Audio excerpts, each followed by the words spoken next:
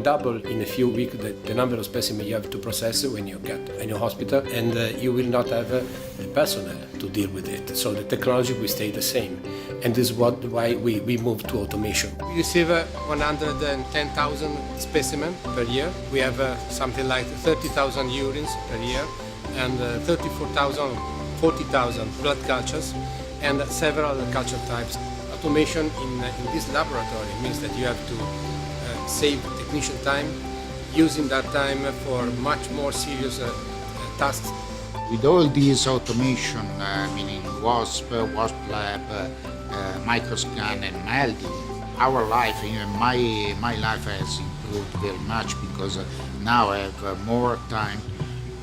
The best feature of the melding, which I think is the very best improvement in the clinical laboratory, is that you can achieve the identification of a microorganism in just a few minutes, including the preparation of the specimen, instead of having to wait 18 to 24 hours. Soon after we introduced the Maldito for the identification of the strains, we realized that there was no more any reason to deal with an automatic instrument like the Vitek 2 for obtaining an identification. We needed to have real MICs and to get results that we can control directly visually.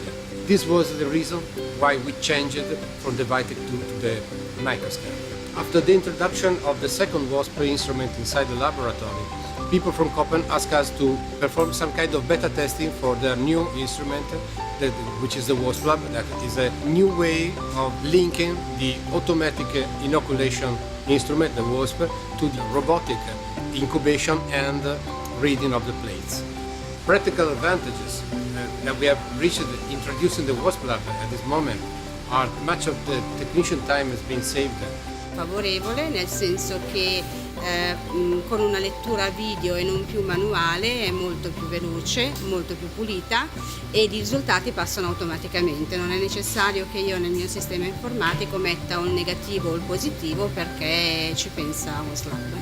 The main goals we have achieved at this moment with the WASPLab operating with the urine cultures is that we can report and validate the negative urine culture directly from the monitor post in the WASPLab, and they go directly to the LIS, so they are automatically validated and reported to the physician.